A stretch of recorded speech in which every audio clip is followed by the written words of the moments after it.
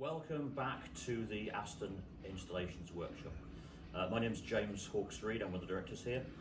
I'd like to introduce you to Ryan Knox, who is my lead installer here in the workshop, and also introduce you to a beautiful 2005 Vanquish S.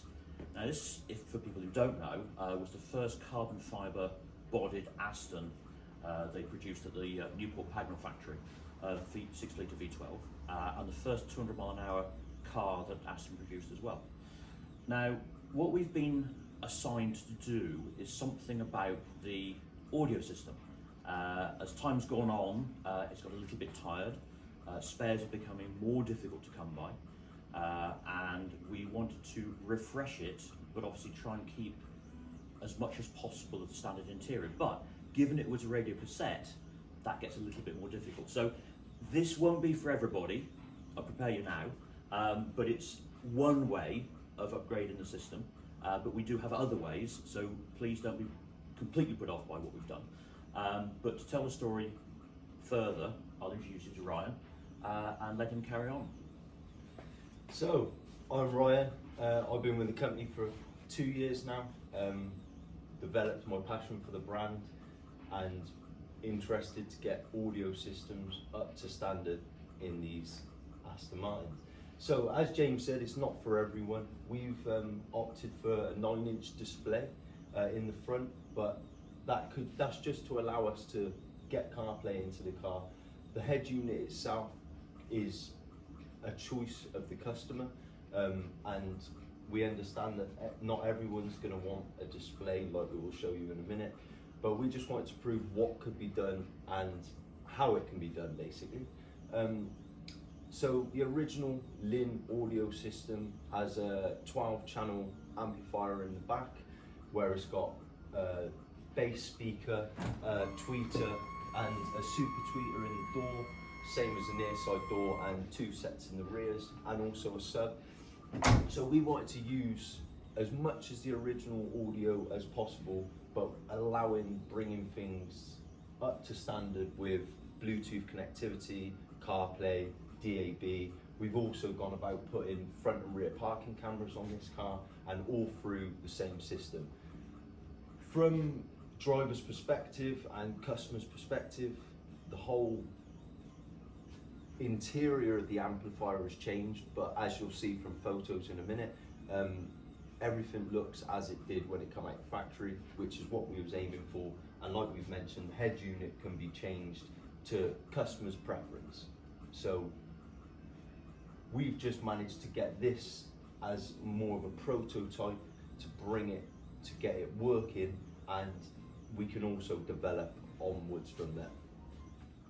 As we mentioned earlier, keeping the design and the originality of how this car left the factory is important to us, and even the boot space is still important to us. So as you can see here, this is the brushed aluminium plaque from the original amplifier, albeit now mounted to our new amp enclosure. Inside the enclosure we have a 12-volt fan to keep the enclosure nice and cool, an Audison AP1D to drive the sub on the parcel shelf, an Audison AP 8.9-bit to drive the rest of the door speakers and tweeters. But the beauty about this amplifier setup that we've designed is it plugs directly into the original wiring harness. So this is the original speaker plugs that would go to the original amp. We've sourced the plugs, and that is linked to our amplifiers with a tune for left-hand drive and right-hand drive vehicles to cover the market worldwide. So installing this kit would only require an earth to be put to an earth point behind this carpet, power to the fuse board behind this carpet, the brackets from the original amplifier bolt directly to our new enclosure, and then some audio cables to the head unit of your choice at the front.